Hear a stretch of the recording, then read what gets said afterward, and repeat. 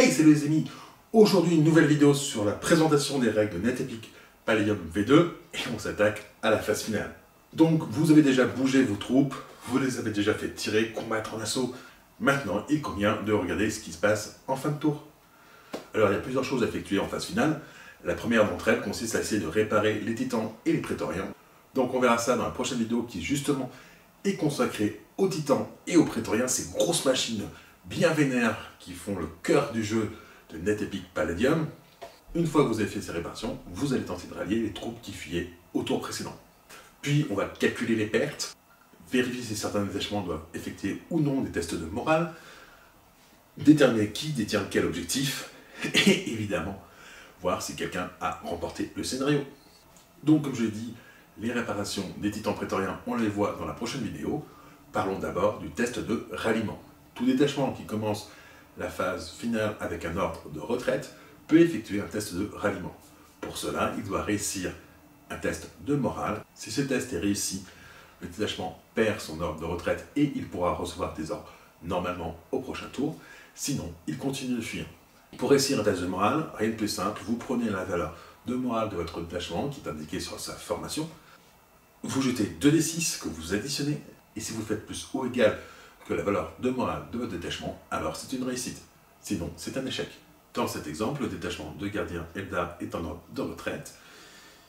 Il a perdu 3 figurines, il n'est donc pas complet. Le détachement de gardien Eldar a un moral de 6. Le joueur jette 2 dés, il fait 3 et 4, ce qui fait 7, et c'est donc une réussite.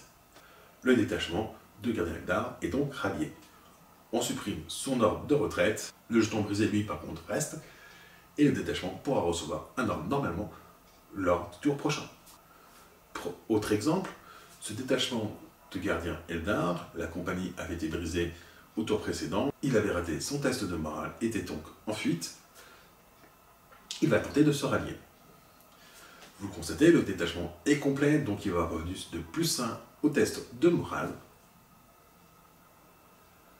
Le joueur Eldar jette 2 dés, il fait 2 et 2, ce qui fait 4, plus 1 de bonus parce que le détachement est complet, ce qui fait 5, ce qui est bien inférieur à la valeur de morale de 6, et donc le détachement continue de fuir.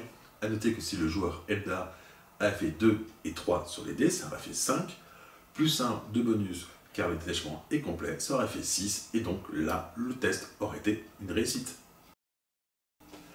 A noter que certains malus bonus peuvent s'appliquer, en particulier si jamais votre détachement est au complet, c'est-à-dire qu'il n'a pas perdu de socle, alors vous bénéficiez d'un bonus de +1 au moral.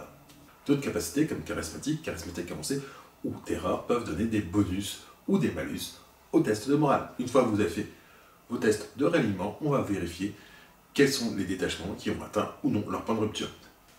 Le point de rupture dépend de chaque formation et correspond au nombre de socles qu'il faut détruire pour briser la formation.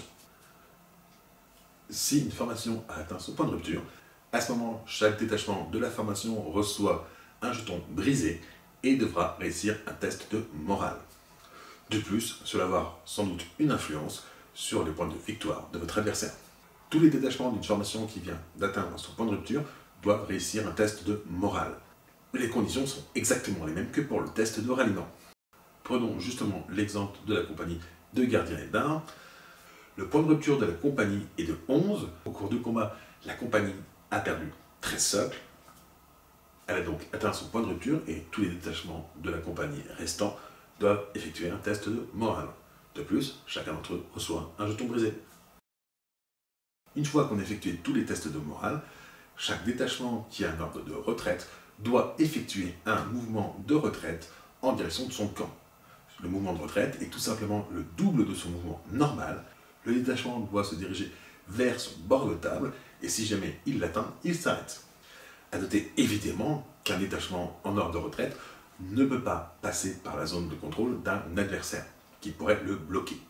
Au tour suivant, vous pourrez tenter de vous rallier et tant que vous ratez votre test de ralliement, vous continuerez de fuir. A noter également que tout détachement avec un pion impact doit également réussir son test de morale. Les détachements qui reçoivent un pion impact sont des détachements qui sont brisés, donc qui ont un jeton brisé et qui perdent au moins une figurine lors du tour. Que ce soit en tir, en assaut, en interception ou pour toute autre raison, c'est un détachement perd un socle alors qu'il a un jeton brisé, il reçoit un pion d'impact. Sauf évidemment s'il en a déjà. Lors du tour 1, ce détachement d'homme-bête a atteint son point de rupture. Il tente son test moral, le réussit et peut donc combattre normalement. Cependant, lors du tour 2, il subit une perte. Il a donc un pion d'impact, et à la fin du tour 2, il devra réussir de nouveau un test de morale. Une fois qu'on a fait les tests de riment, les tests de morale et les mouvements de fuite, on va vérifier qui tient quel objectif. Pour la capture des objectifs, on verra ça sur la vidéo pour les scénarios, mais grosso modo, ça se fait à 10 cm d'un objectif.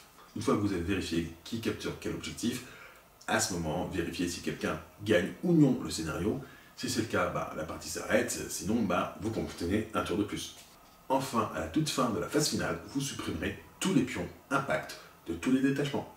Voilà, j'espère que la vidéo vous a plu. Si c'est le cas, n'hésitez pas à vous abonner, à la partager, à la liker et à la commenter. Et sur ce, je vous dis à plus les amis. Ciao.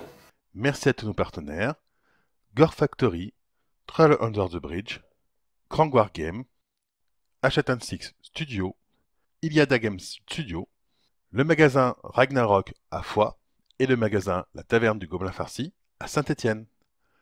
Pour bénéficier de réductions chez nos partenaires, rejoignez l'association NetEpic. Tous les liens en description.